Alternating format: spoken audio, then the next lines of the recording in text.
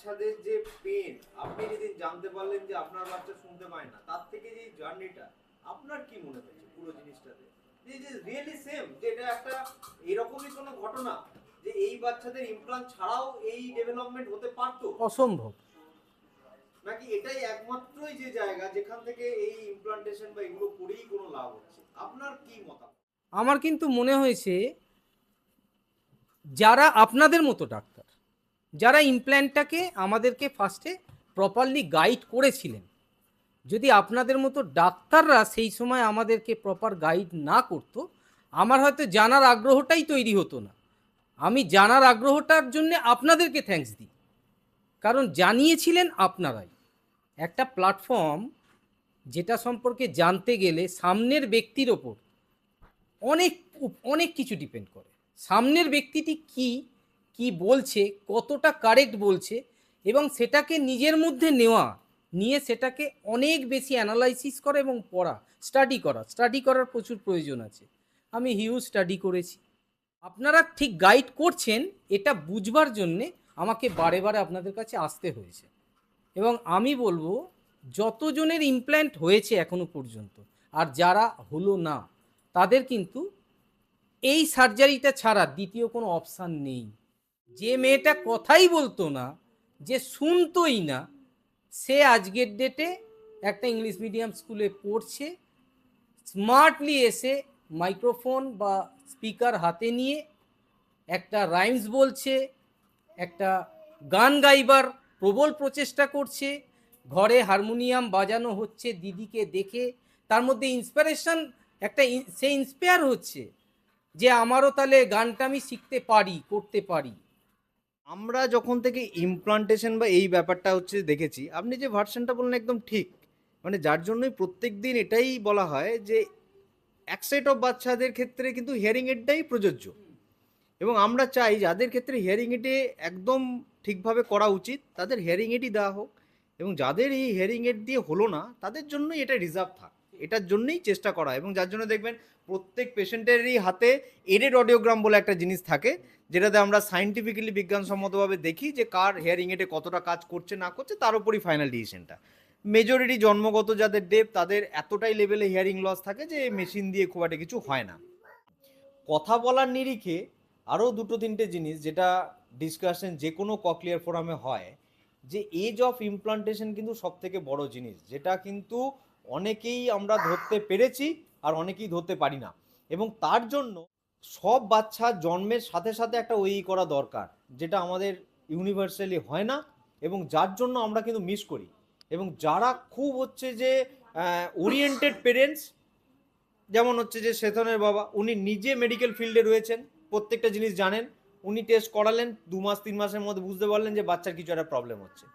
But অনেকেই তো 1-1.5 বছর পর্যন্ত বুঝতেই টাইম লেগে যায় যে বাচ্চা শুরু হলো কোনা। এবং এই রোগটা যতদিন যাচ্ছে আমরা রিসার্চে এটাই পাচ্ছি যে this is directly related to the brain development. একদম ব্রেন ডেভেলপমেন্ট, মানে আমি একটা বাচ্চাকে নর্মালভাবে ছেড়ে দিলাম, যার হাত পা সমস্ত কিছু চলে, নর্মাল ব্রেন, বাট কানে কোনো সাউন্ড ঢুকছে না ব্রেনের মধ্যে, তাহলে ব্রেনটা কি করে ম্যাচিওর করবে?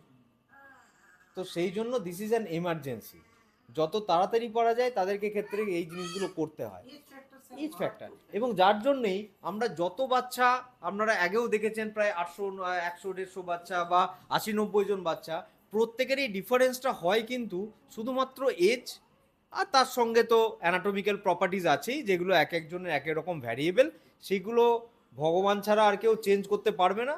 আমাদের পক্ষে বা সায়েন্সের পক্ষেও এখনও হয়তো পুরোটা নয়, বাট টেকনোলজি চেঞ্জ হয়ে তাতে বেশ কিছুটা হচ্ছে যে ইমপ্রুভমেন্ট হচ্ছে।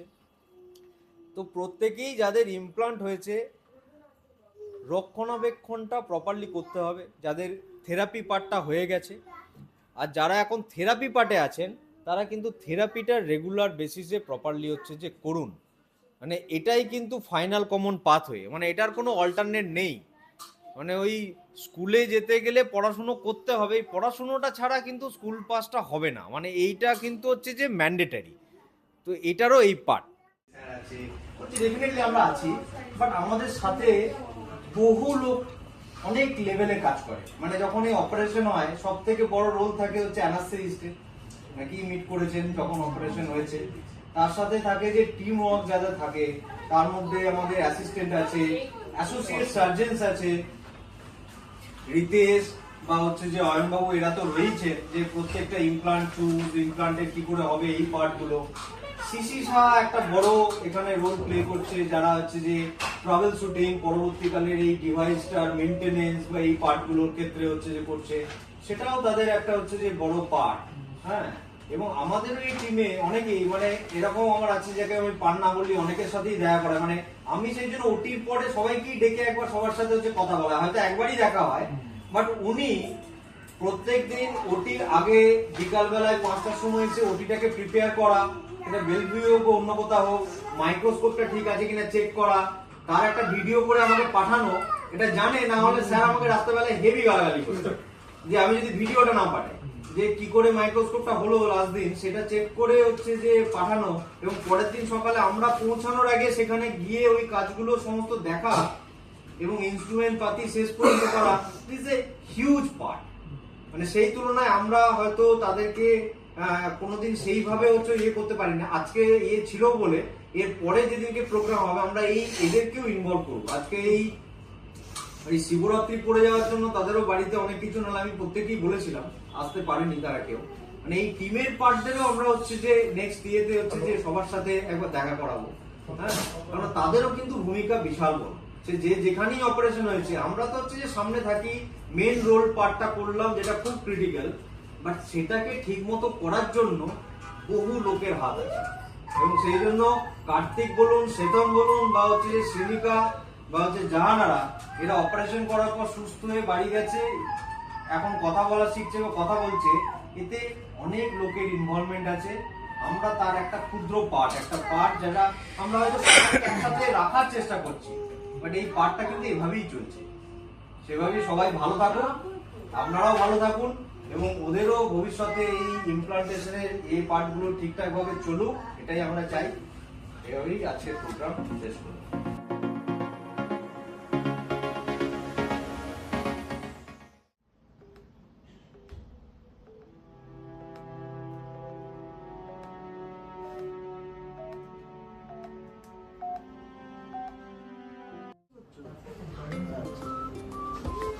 दीदी जी को से ये जॉब करा दे सर सब क्रॉस क्रॉस आया था हम बस फॉर्म लिखे थे कितना अच्छा মানে এটার উপরে 6টা না 5টা ইয়ে ছিল, একটা দুটো 6টা মতো ছিল, কিন্তু এখন আরো বেড়ে গেছে।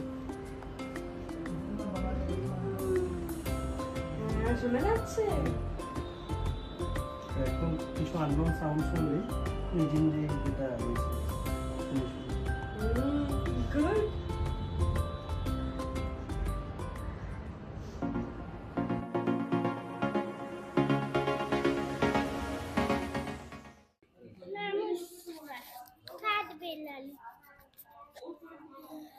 নমস্কার, কাঠবেলালি Kazi Nazrul Islam.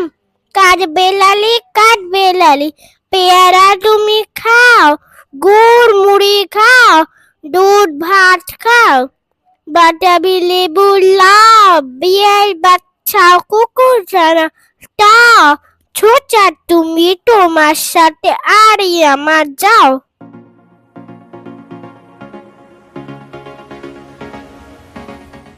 Mani, Aldi, Nani ya. Iha, Pani, Ha, Lalu, Gayashi. Baha, Kalu, Mayashi. वाह, तो तुम डर क्यों जाते हो? हाँ? डर क्यों जाते हो? नहीं, हाँ? नहीं। डर लगता है। डर लगता है।